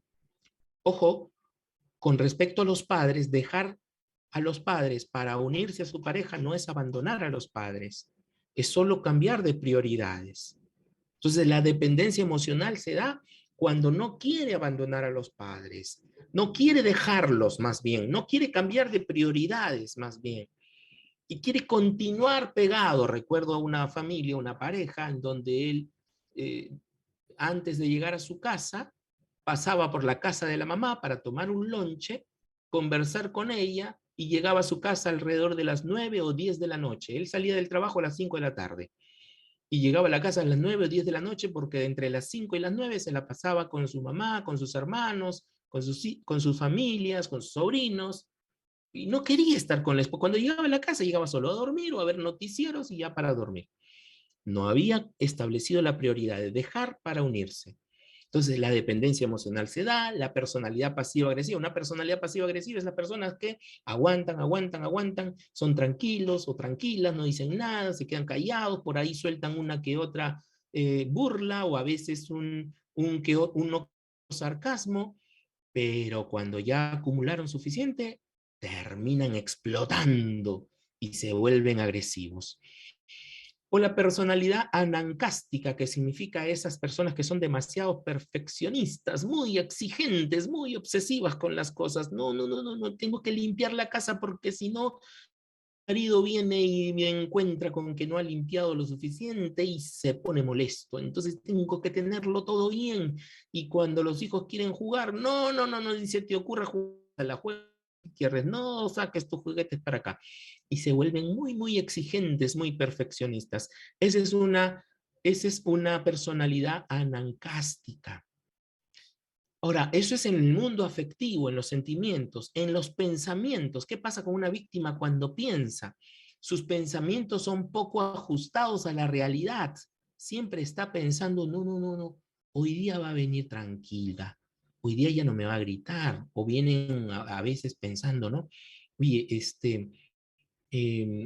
él se molestó o ella se molestó porque, bueno, pues porque no había estacionado bien el carro, como dije hace un rato, ¿no? Entonces piensa que estacionando bien el carro, ella no se va a molestar, ¿no? Asume que la mujer es la responsable de la violencia, o el hombre, en algunos casos también al revés, ¿no? Asume que ella es la responsable, porque es que ella me lo busca, ¿no? piensa en el futuro en términos negativos y desesperanzadores. No, ¿cómo voy a hacer eso? No, si lo hago, no, me va a ir peor. No, mejor me quedo acá nomás con él. ¿Para qué lo voy a dejar? Que ya me acostumbré a ella, que sea así. Ya yo sé cómo manejarla, dicen algunos, ¿no? Pero al final termina mal. Idealiza la familia y el hecho de ser padre o madre, eso, ¿no? No lo dejo porque mis hijos son pequeños. ¿Qué va a pasar con mis hijos? Esa idea de mis hijos son pequeños es fatal, mis hermanos. Yo he tenido niños de 6, 7 años rogándome que le diga a sus papás o a sus mamás que se separen, porque sus pleitos son muy fuertes y ellos se asustan. He tenido niños a quienes he atendido porque se esconden debajo de la cama cuando mamá y papá discuten, o que incluso han ido a enfrentar al papá, a ponerse en el centro de papá y mamá cuando están peleando o recibiendo los golpes para que mamá no sufra o para que papá no sufra. Y esa idea de no somos familia o no nos podemos separar porque la Biblia no está de acuerdo con el divorcio, tenemos que seguir juntos. Esa es una idea, esa es una creencia también, por intentar sobreproteger a los niños, ¿no? Una cosa que ocurre mucho, y tenga cuidado, que cada persona que ha sufrido violencia alguna vez en su vida tiene la tendencia a hacer todo bajo el permiso de alguien. Se convierte en una persona desconfiada e indecisa. Es decir, pastor, disculpe, ¿puedo sentarme aquí? Adelante, hermano, los asientos son libres. No, es que yo pensé que de repente había alguien que se sentaba aquí. No, adelante, siéntese si quiere. O de esas personas que están pidiendo permiso, hasta tú crees que pueda comprarme, permítanme, ¿no? Y con mucho respeto lo digo, pero dicen algunos, ¿tú crees que pueda, a sus parejas, ¿tú crees que pueda comprarme una ropa interior? Es que ya no tengo, mira, mi ropa interior ya está viejita y, o sea, tienen que pedir permiso para poder comprarse una ropa interior que es personal y privada, porque ya no tiene, o porque no le han dejado dinero, o porque la otra persona no está a cuenta de las necesidades de su familia. Entonces, es una señal importante a considerar. Esto lo que hace es generar una escasa capacidad de iniciativa, sobre todo para hacerle frente al problema. La anulada, ya la persona no cree que sea una condición violenta, simplemente queda invalidada y piensa que es lo mismo de siempre, que es algo normal y natural lo que está ocurriendo. Otras consecuencias cognitivas en su forma de pensar es que la persona se vuelve muy exigente, ¿no? Tiene que cumplirse las normas, porque si no se cumplen las normas, entonces hay algo en contra de ellos, ¿no? Puede afectarles de alguna manera. Por eso realizan actos incluso en contra de su propia voluntad. No, hermano, recuerdo a alguien me dijo, hermano, usted, bueno, les voy a comentar cómo lo dijo ella, ¿no? ¿Usted cree que está bien que un cristiano, por amor a su esposo, decía ella, una cristiana, por amor a su esposo, pueda permitirle que él pueda salir con otras hermanas solo porque él dice que las quiere ministrar? El Señor les ha hablado que tiene que él ser el encargado de ministrar a esas damas. Obviamente su pregunta no iba por ese lado. Cuando comenzamos a hablar, cuando comenzamos la terapia, la hermanita llegó a darse cuenta de que el esposo estaba involucrado en otra relación de infidelidad, en otra relación sexual, incluso sexual. ¿Y por qué lo digo? Porque el esposo una vez le dijo a ella en broma, y lo digo entre comillas, en broma, dijo, y perdóneme por lo que voy a decir, pero es lo que pasó. Le dice, mi amor, si nosotros somos creyentes y Dios nos ha dado un gran corazón para amar, ¿por qué podemos amar solo a una persona? Podemos amar a muchas. Si no, mira el ejemplo de Jacob, que estuvo con su esposa, que trabajó por su esposa, por Lea y luego por Raquel, ¿no? Esta condición de él, lo que quería decirle a ella es que él quería que ella aceptara a la otra persona con la que él estaba saliendo. Incluso le había pedido que en algún momento esa persona con la que él estaba saliendo viniera a la casa porque su marido la golpeaba y porque su marido la maltrataba y que él la estaba invitando a la casa para que vaya a dormir a la casa con ellos. Ahora, miren el riesgo de todo esto, porque su manera de pensar cambia. La hermanita venía a buscar ayuda y gracias a Dios que vino a buscar ayuda para poder saber si eso era permitido o no. En realidad, por algo es que en las iglesias se busca que los consejeros líderes puedan atender cada uno de acuerdo a su sexo, ¿no? Los varones puedan atender a varones y las mujeres puedan atender a mujeres.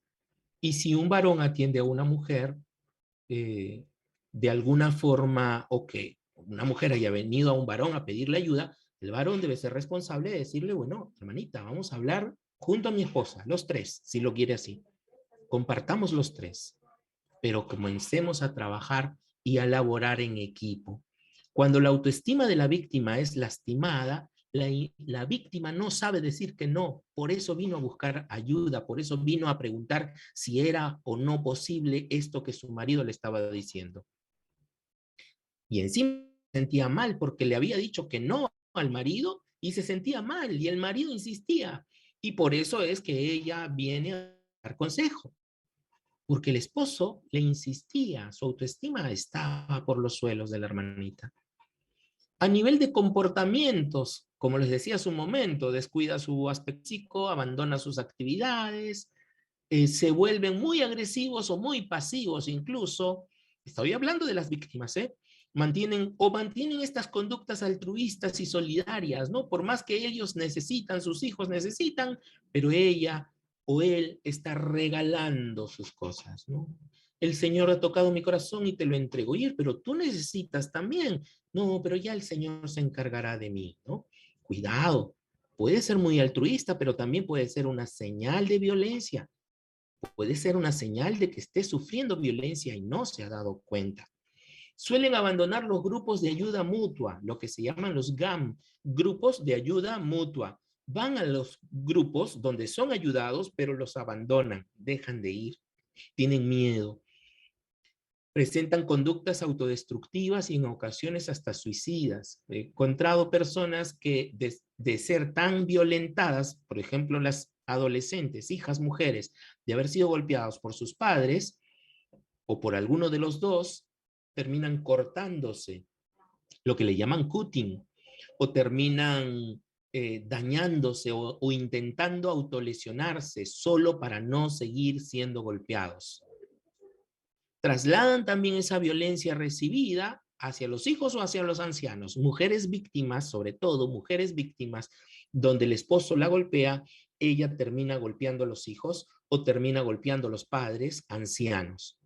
Ella, la víctima, se vuelve agresiva por la forma en que es tratada. Y generalmente sufren de trastornos de sueños, ¿no? De insomnio, de que no pueden dormir, o que duermen y se levantan en la madrugada y de ahí ya no pueden dormir.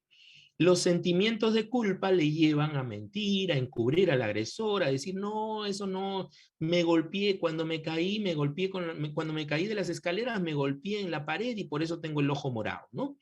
O en la esquina, justo en la esquina de la mesa, me tropecé y me terminé reventando la ceja, ¿no?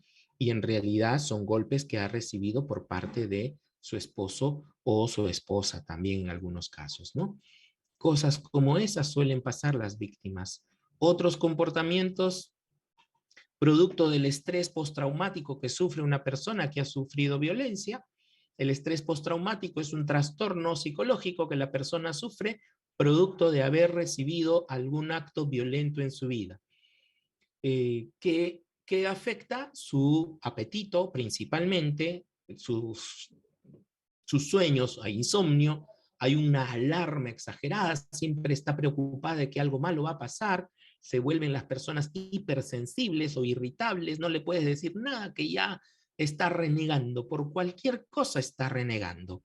Hay letargo, deja pasar las cosas, hay un estado de ánimo cambiante, pesadillas, miedos o fobias, reacciones sobresaltadas, que tú estás tranquilo y se hace así, ¿no? Que tú estás viendo con todos en el culto, están todos tranquilitos adorando y la persona está...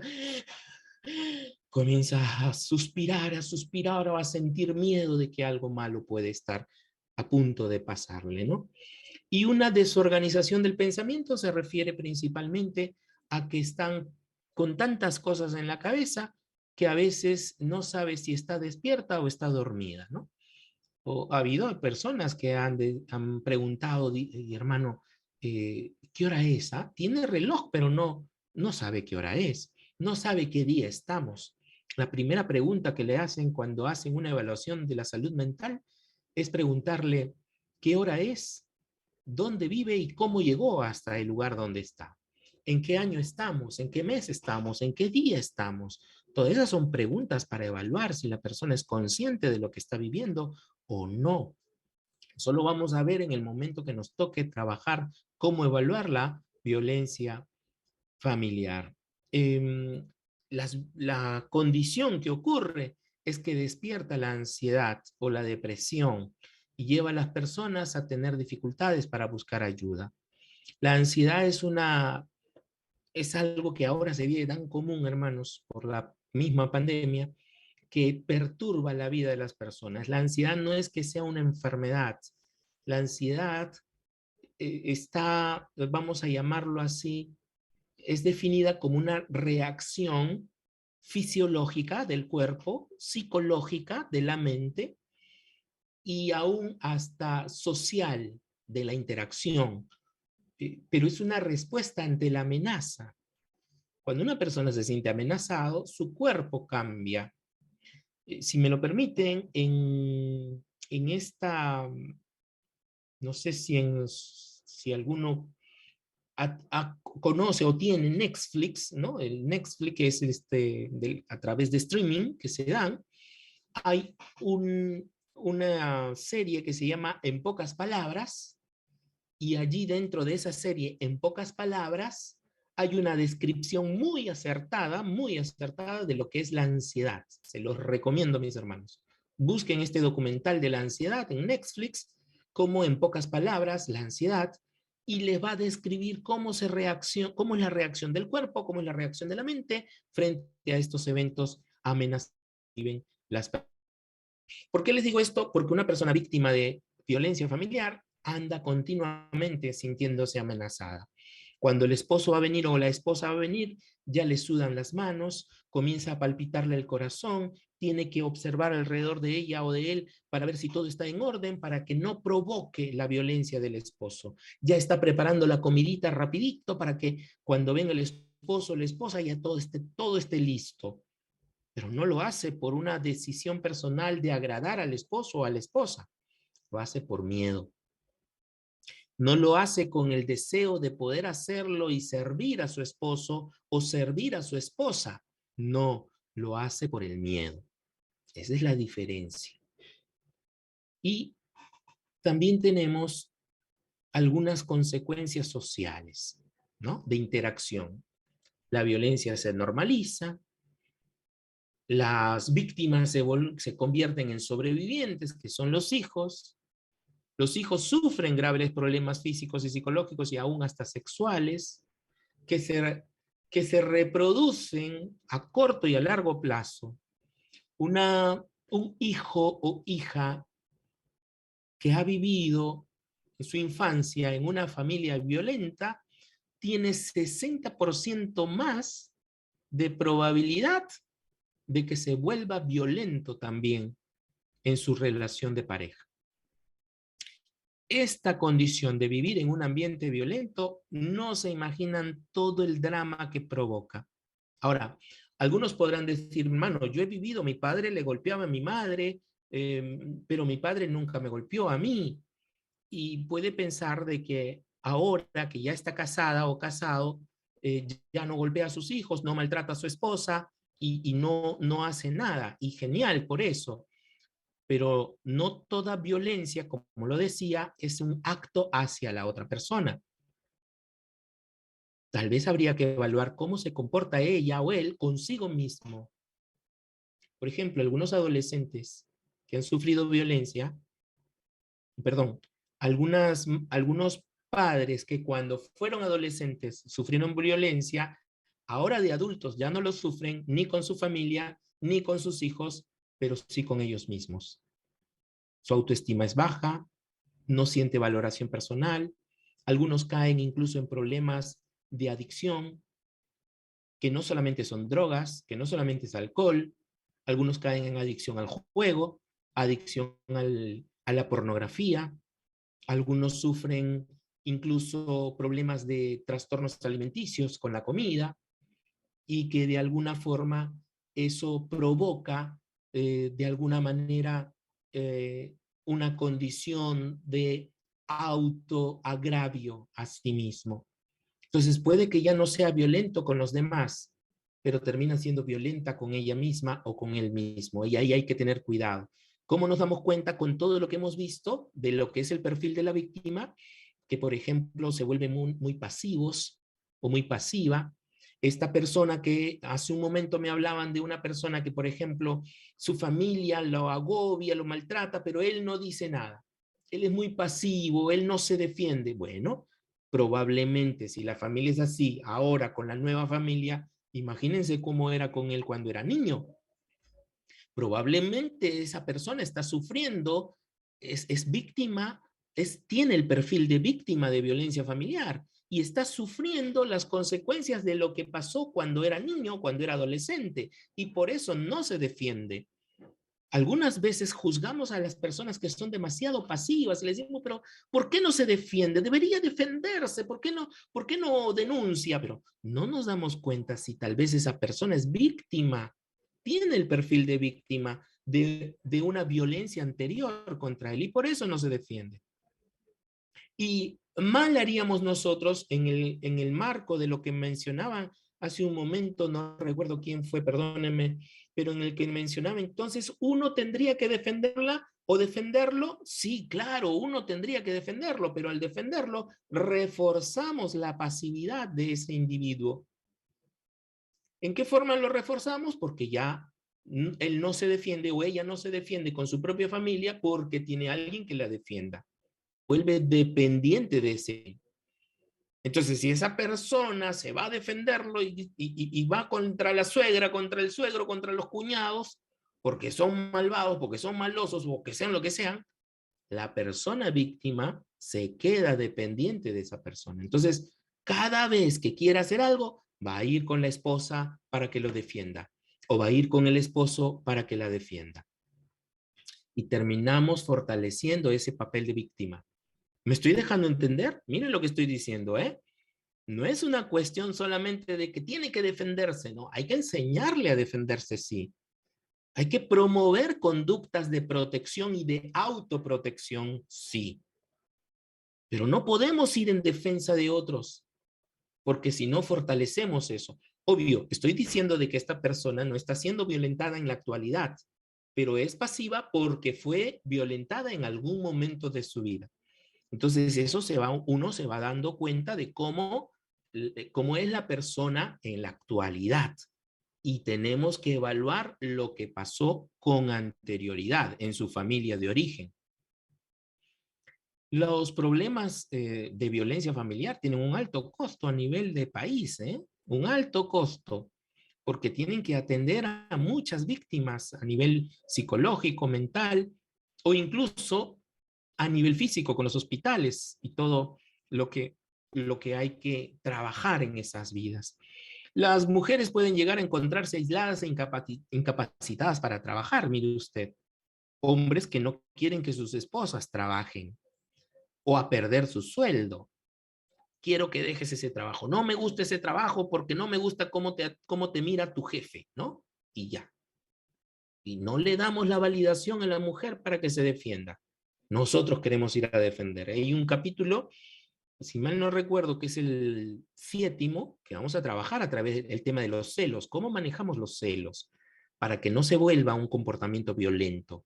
¿Cómo manejamos eso? Eso lo vamos a ver en el 7º capítulo, creo que es, o 6º, no recuerdo, pero más adelante lo vamos a ver. Igualito lo vamos a ver, no se preocupe. Dejar de participar en actividades cotidianas, ya no va a la iglesia, como veíamos hace un momento, ya no quiere ir a a ninguna reunión familiar. Miren, y aprovecho en decir esto, por favor, con mucho respeto quiero decirles, es importantísimo que como familia participen en diversas actividades de diferente índole. Mire, mi hermano, yo entiendo que como creyentes no podemos ir con gente del mundo, si lo quiere usted, pero si es su familia y es gente del mundo y toma licor y bebe en fiestas y hace todo una jarana, al menos esté presente los primeros minutos o la primera hora antes de la juerga, pero nunca deje de participar, ni enseñe a sus hijos a aislarse. Participe con ellos, no tiene que quedarse en toda la fiesta, no tiene que beber licor, pero ¿dónde va a ser luz usted si somos lámparas, como dice la palabra? ¿No es acaso que debemos estar allí donde hay la oscuridad para alumbrar? A mí me ha tocado estar en reuniones familiares donde la familia, mi familia por parte de papá, la mayoría ha tenido consumo de alcohol en exceso. Pero en todas las reuniones en donde yo he estado, todos hemos participado de las reuniones, yo he estado presente y ellos saben que conmigo nada que ver con tragos. Es más, ya me tienen preparada mi agüita o mi gaseosa en algunos momentos. Pero disfrutamos de conversar, de no vernos tiempo, de interactuar. Y en más de una ocasión, algunos de ellos, después de estos contactos, han venido a buscar un consejo, han venido a preguntarme cosas, me han pedido que incluso haga una charla para la familia sobre crianza, y pues ya aprovecharon también que como somos familia, podemos nosotros compartir ese tipo de temas, ¿no? Entonces, participe con sus hijos, con su familia, salgan ustedes como familia, trabajen la prevención de la violencia, compartiendo, saliendo juntos. ¿Cuándo fue la última vez que usted salió con su familia? ¿Cuándo fue la última vez en que usted solito o solita salió con uno de sus hijos? Ya no en familia, sino con uno de ellos, con cada uno de ellos. Porque de eso se trata, ¿eh? Yo como papá debo salir a solas con mi hijo o con mi hija en algún momento. Y en otro momento salir en familia. ¿Cuándo fue la última vez que salió a solas, no solo con alguno de sus hijos, con su esposa o con su esposo? ¿Cuándo fue la última vez que los dos solitos se permitieron tener un tiempo para los dos? Eso también es un medio de protección contra la violencia familiar. Las salidas, mire lo que le estoy diciendo, ¿ah? Las salidas son un medio de protección contra la violencia familiar. El problema es que como es algo tan sencillo, no lo vemos o no lo queremos hacer porque, bueno, pues no. Con mi esposa me acuerdo que salíamos incluso hasta acá en mi país, le llamamos chancay a un pedazo de pan que es muy, muy económico, que se vende, y emoliente, que es, bueno, el agua preparada, esta hierba de emolientes y toda una serie de hierbas. Nos íbamos por y un emoliente, los dos ahí a tomar, un vaso entre los dos, cañitas para los dos, cuando no había dinero, pero no dejábamos de salir. Y permítame, antes de terminar, compartirle esto que creo yo también es importante, que ha pasado a nivel ministerial. Nos pasó cuando cumplimos 11 años de casados, en nuestro 11 aniversario de casados. A punto de estar cumpliendo 11 años, en el 2011, dijimos, vamos a salir juntos, los dos, solitos. En ese tiempo no teníamos hijos aún. Vamos a salir juntos, pero no vamos a hablar ni de la iglesia, ni del ministerio, ni de las deudas que teníamos en ese tiempo, ni de las familias. Solamente vamos a hablar de los dos. Hermano, se lo digo honestamente. Pasaron 3 minutos y no teníamos de qué hablar. Fue avanzando el tiempo con 4, 5, 6 minutos y no teníamos de qué hablar. Sin mentirle, mi hermano, llegamos a los 10 minutos y a los 10 minutos sin hablar, mi esposa empezó a llorar. Y yo me comencé a sentir mal con todo esto. porque solamente nos habíamos acostumbrado a hablar del ministerio, de la iglesia, de las deudas, pero no de nosotros como pareja. Y no se imagina el impacto emocional que recibimos en ese momento, la luz que recibimos de poder nosotros que enseñábamos a parejas, la luz que recibimos allí para entender cuánto hace que no salimos para hablar de nosotros, no de los hijos, no de las deudas, no del ministerio, no de la iglesia. Atrévase, mi hermano, a ver cuánto dura. Yo duré 10 minutos y ya empezamos a llorar con mi esposa. ¿De qué otra cosa más podrían hablar? De cómo se sienten, de qué le hace feliz, de cuánto han avanzado en su vida matrimonial. Nosotros cada año, al final de año, como preparándonos para el siguiente, hacemos una evaluación de cómo nos hemos sentido. Es más, le ponemos hasta porcentajes. Recuerdo que el año pasado le preguntaba a mi esposa, el año pasado fue o el anteaño, no recuerdo, uno de estos 2 últimos años, le pregunté a mi esposa, esposita, ¿y tú cuánto confías en mí ahora? Y ella me decía, ahora, en este tiempo, yo confío un 80%. Y no se imaginan lo feliz que me hizo ese 80%. Porque en nuestros 2 primeros años de matrimonio fue tan caótica nuestra vida que en el segundo año de matrimonio propusimos divorciarnos. Pero Dios y su gracia nos permitió trabajar tantas cosas, producto incluso de los que estamos aprendiendo ahora, producto de esas vivencias que he tenido, que pudimos recuperar nuestra relación y crecer ahora, que ya ahora en abril estamos por cumplir 22 años de casados. Pero mire que en ese tiempo perdí totalmente la confianza de mi esposa por una condición que yo viví y que la lastimó muchísimo. Ya en algún momento compartiré ese testimonio si Dios lo permite. Pero eso que pasó en ese tiempo hizo que perdiera absolutamente la confianza de mi esposa. Tenía 0% de confianza. Absolutamente. Y yo tuve que dar frutos dignos de arrepentimiento para que ella me pudiera creer. 2 cosas construyen la confianza: la honestidad y el compromiso.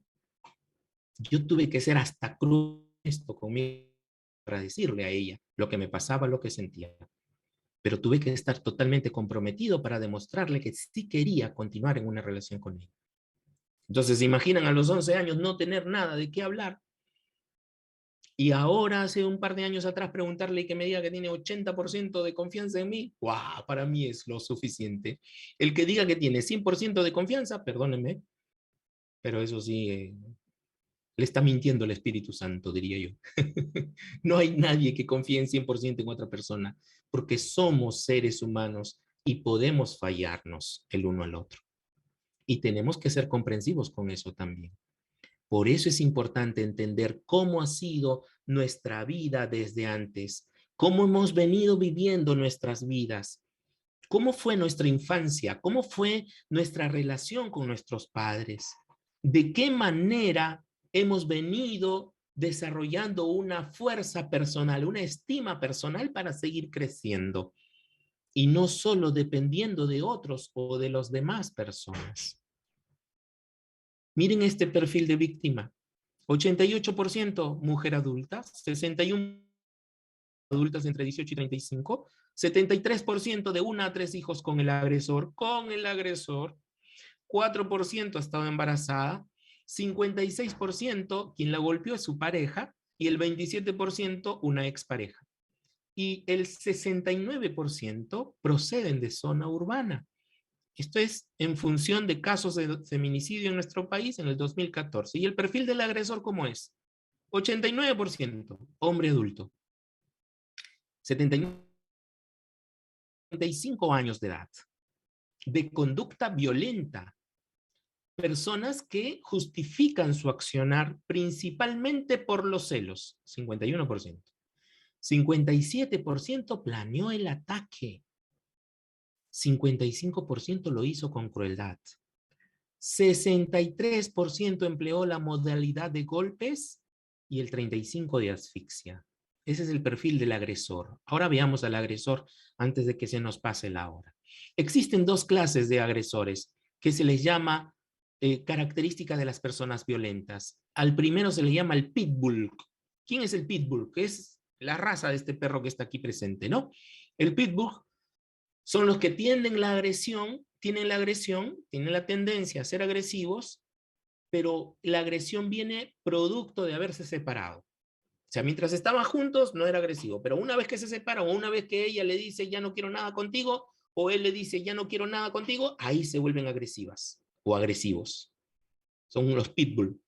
Solamente son violentos con las personas que aman, no con los demás. Solo atacan a la persona que dicen amar. Esos son los pitbull. Son celosos, pero sus celos es producto del temor a ser abandonados. Esos celos vienen provocados por el miedo a que los abandonen. No porque sean celosos y controladores, no, sino que para que no te vayas, me aferro a ti. Priva a la pareja de su propia independencia. No puede ser independiente. Si una mujer es independiente o un hombre es independiente, es el peor. Es lo más dramático para esta persona que es victimario muchas veces o que provoca la violencia o que puede llegar a provocar la violencia. Y está continuamente vigilando y atacando incluso públicamente a la pareja. La persona, permítame, ¿no? Seguir con el ejemplo de la persona que gritó a su esposo por haber dejado el auto en el estacionamiento. Ella, por ejemplo, está definido como pitbull, que está ahí amenazante, vigilando siempre o gritando en público a la pareja, ¿no? Y las cobra, ¿quiénes son los cobra? Ah, no, ahí sí la cosa está peor. La cobra no afecta, no es la que, como el pitbull, que está ahí renegando, gritando o celando, no. Las cobras son los que dilatan, lo que pueden posponer su control, su agresión, ¿no? Se controlan más, pero son agresivos con todos, no solo con la pareja. La diferencia es que incluso tienen la tendencia a agarrar un vaso y quebrarlo, o agarrar un cuchillo y decirle la amenaza, o tal vez algo más sencillo como golpear la pared y romper la puerta, o golpear una pared de estos de drywall y romperlos. Son los que se aguantan, pero cuando revientan, su grado de violencia es tan fuerte que a veces es hasta imposible poder tratarlos. Generalmente estos cobras son los que poseen antecedentes penales. A diferencia de un pitbull. El pitbull reacciona al agravio de la otra persona o a lo que él considera un agravio. Mientras que la cobra no. La cobra seduce, la cobra está ahí. La cobra permanece contigo hasta que te da el mordisco y es el final. Y se ve manifestado en muchas ocasiones su agresión. En el pitbull no está agrediendo todo el tiempo, como la raza del perro. El pitbull no agrede todo el tiempo, solo cuando se siente amenazado o cuando necesita defenderse de algo. En cambio, las cobras no. Aunque tú no la amenaces, viene y te pica. En la naturaleza me refiero, ¿no? Entonces, esos son los dos tipos que existen del perfil de un victimario. El agresor cognitivamente o la agresora cognitivamente son los que minimizan, justifican, culpan al otro, siempre están cediendo la responsabilidad a los demás, tienen falta de empatía, o sea, cognitivamente, mentalmente siempre están creyendo que los roles son diferentes por tener un género diferente. Se vuelven más hostiles, él es el culpable, ella es la culpable, o incluso se vuelven en un sexismo benevolente, ¿no? Es que le falta marido, dicen aquí en nuestro país, ¿no? O necesita un hombre, dicen en otros países, ¿no? O sea, mentalmente está afectado. Hay un sesgo muy hostil de ser gravoso, burlón. Por eso los chicos que se vuelven bulliadores, los que sufren de bullying, el que hace el bullying es un perfil de victimario. Si usted tiene un hijo bulliador, le llaman, o que provoca el bullying, usted necesita hacer algo con ese chico o chica porque es potencialmente un agresor o un victimario por la idea que tiene de control y poder. Emocionalmente, la gran mayoría tiene baja autoestima y por eso quiere demostrarle al otro que es más fuerte por su baja autoestima. El que tiene una estima equilibrada no tiene que demostrar nada a nadie. Es más, lo que dice la palabra de Dios, cada uno piense de sí mismo con cordura, de acuerdo al nivel de fe que tenga. Esa es una autoestima apropiada. Hay un analfabetismo emocional. El analfabetismo emocional significa que no reconoce sus emociones ni sabe cómo manejarlas. Hay una dependencia emocional, hay la tendencia a estar siempre dependiendo de la pareja. Tú no te vas de aquí, tú te quedas aquí, no puedes trabajar, no puedes estudiar, o no puedes irte a la casa de tus padres, o no puedes congregarte porque ahí hay mujeres que te están ahí chequeando siempre. Hay una baja tolerancia a la frustración, no pueden soportar sentirse frustrados porque automáticamente explotan. Y la clásica de celos, temores, insatisfacción, hasta deprimidos. Después, realmente son los que tienen comportamiento impulsivo, violento, generalmente abusan de sustancias como drogas, alcohol, etcétera.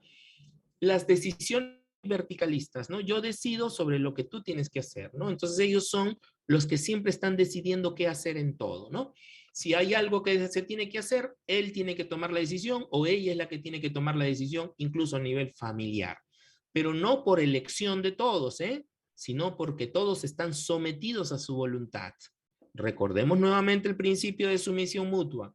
La sumisión bíblica es aquella donde yo, sintiéndome correspondido por la persona, cedo mi obediencia hacia lo que la otra persona propone voluntariamente. Me siento cómodo de hacerlo y no obligado de hacerlo. El problema con la sumisión que no es bíblica es el poderío, es te sometes porque eres mujer y yo soy hombre.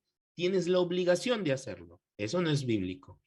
La sumisión bíblica es por respeto y por amor y porque me siento correspondido contigo, entonces cedo ante aquello que tú estás proponiendo, pero lo hago de forma voluntaria. Estas personas victimarias se vuelven dominantes, posesivos, muy dependientes de las cosas que quieren ellos hacer.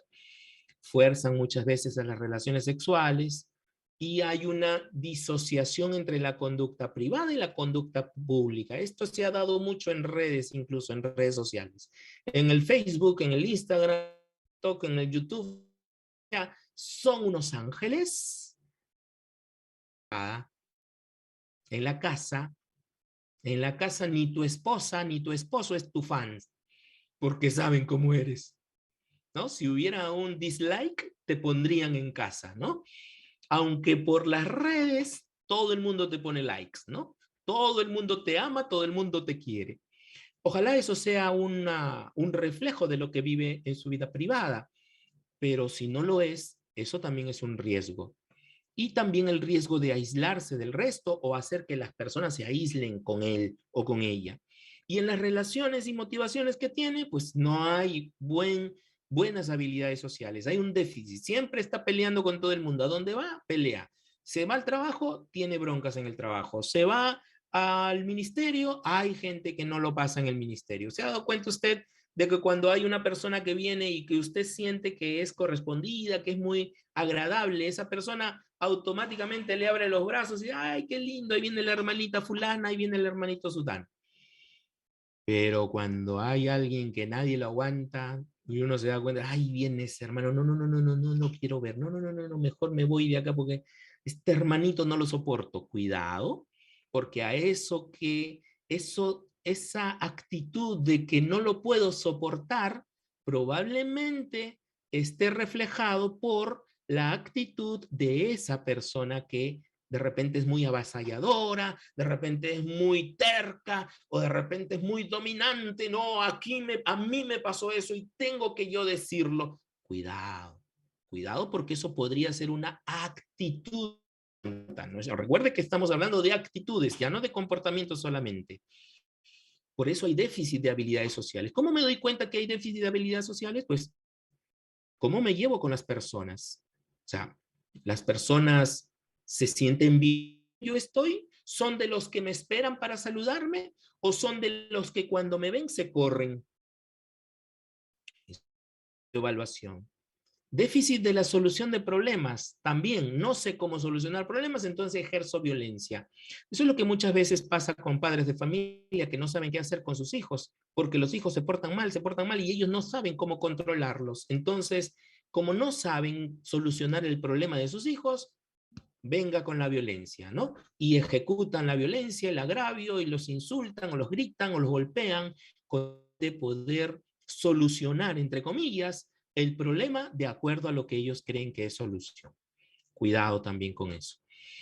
El nivel precontemplativo, ¿a qué se refiere? Lo vamos a ver más adelante, solo voy a dejar para más adelante, porque tiene que ver con una rueda en la cual la persona produce un cambio, y la primera etapa del cambio es el nivel precontemplativo, cuando la persona se contempla a sí misma para saber si puede o no tener un cambio. En el caso de las personas que son victimarios o victimarias, ese nivel precontemplativo está ausente, y eso hace que la persona no se dé cuenta que lastima a otros, que sus bromas son tan pesadas que terminan siendo burlas, pero no se da cuenta, y hay que ayudarlo a darse cuenta. Y una persona que no es violenta, que no es violenta, puede ser agresiva, puede ser muy dominante, puede ser muy posesiva incluso, pero cuando se da cuenta, lo reconoce, y al reconocerlo, pide perdón, cambia su actitud, modula su voz, modula su comportamiento, aprende a regularse. Entonces, no es que porque sea dominante ya es violento, no, pero es una característica de ese perfil. Hay que tener cuidado con eso.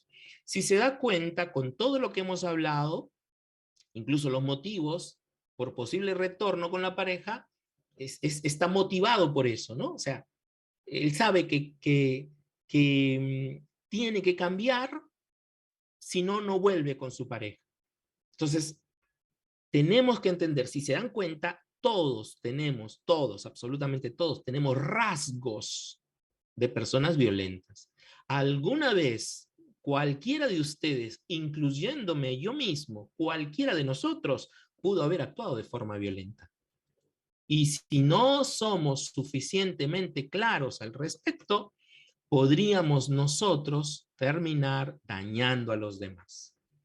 Espero, creo que estamos a tiempo. Bueno, me pasé un poco de minutos, perdónenme, hoy día no les he podido escuchar a ustedes. Creo que estamos en la hora, estamos metidos en todo esto, pero muchos de nosotros pudiera ser violento, pudiera terminar teniendo un rasgo de violencia.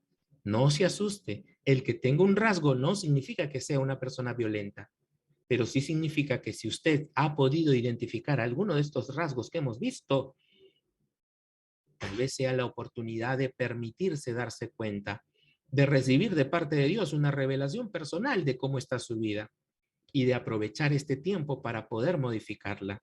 ¿Quién va a conocer mejor al hombre sino el espíritu del hombre que está en él?, diría Pablo en Corintios.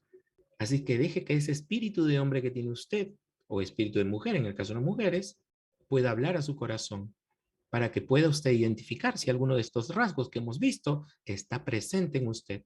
No la hace una persona violenta, pero sí puede tener un rasgo, puede ser un factor de riesgo para llegar a convertirse en una persona violenta.